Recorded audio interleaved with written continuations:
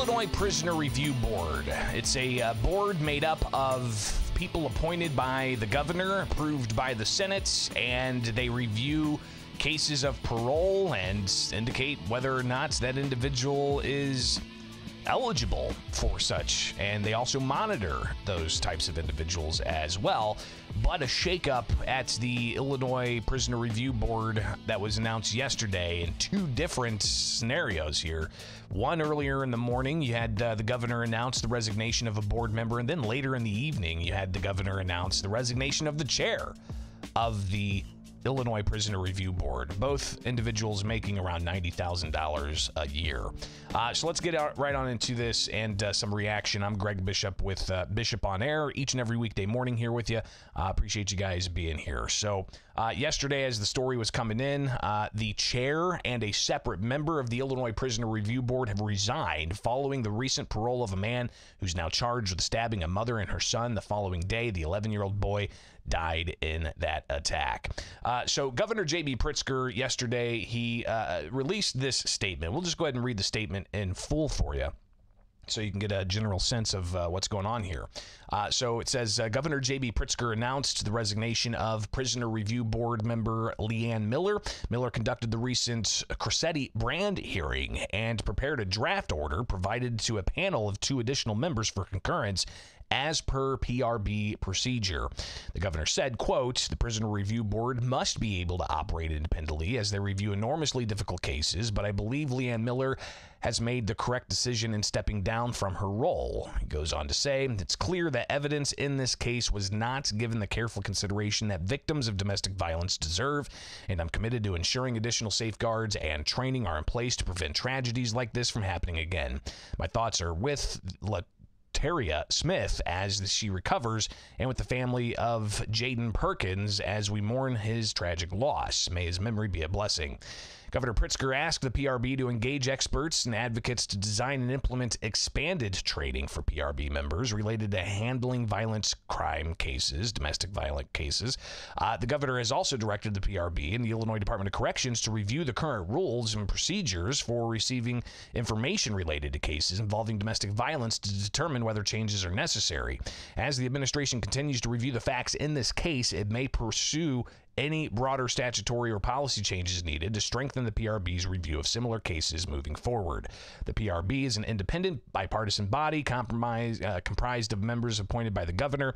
Governor Pritzker will announce appointments to fill current PRB vacancies throughout search. So you've got the governor releasing that statement, and that was the initial statement released, but you got CBS 2 Chicago giving more detail that the Prisoner Review Board was never notified that a pregnant Chicago woman was seeking an order of protection against Cressetti Brand, who was her ex-boyfriend.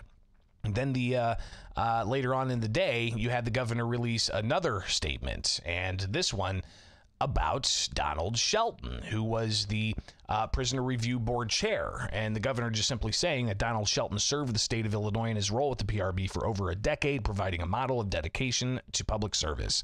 So interesting to see some of those statements from the governor, but you also have Republicans reacting. Senate's minority leader, John Curran, he said in a statement, sadly, it's clear the serious reforms that we have been calling for at the Prisoner Review Board are needed now more than ever.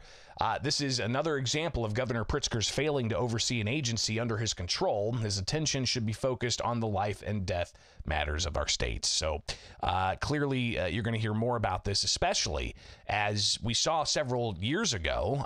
The governor had several vacancies on the PRB. People who were on the Prisoner Review Board, Republicans saw as problematic for various statements that they've made or different decisions that they made concerning parole for individuals. But this story is already making national headlines with Governor J.B. Pritzker, not even in Illinois right now, by the way. He's traveled over to California for a mission to try to attract more business to Illinois, more film industry business to Illinois. So interesting to see what he has to say when he comes back, especially when legislators come back next week Are they going to have more to say about this and the overall problems they've had in the past with the Prisoner Review Board? Vacancies on the board, how those individuals, for instance, one of the things I think, if I recall in my memory bank, what was problematic with the Prisoner Review Board was the governor would announce a Prisoner Review Board member, and then the Senate would never take it up. And this was during COVID. So the Senate wouldn't take up that appointment. The appointment would expire, and the governor would just reappoint the same person to where you never really had a hearing about that person and so on. So there's been a lot of things that have been problematic with the Prisoner Review Board under the Pritzker administration. And I imagine we're going to hear plenty about that and more. All right, it is Bishop on Air. If you want to stay up on that, follow me on X, search Bishop on Air, and check out thecentersquare.com each and every day. All right, fresh stories about what's going on in Illinois. So the front page there, you get a good sense, just some of the headlines. Parents suing Chicago Teachers Union over COVID-19 strikes. Illinois legislators want to strengthen child labor laws amid the migrant crisis. Chicago's Glock case used as ammo to shoot down Illinois' industry liability law. Chicago aldermen call for united fronts in calming violent crime. Legislation would allow third-party software for parents to monitor children online and more. So go check out thecentersquare.com/Illinois.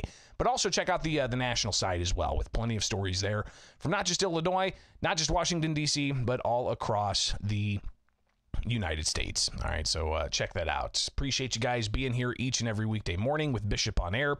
Have yourselves a wonderful rest of the day. Like, subscribe, hit that notification bell, all right?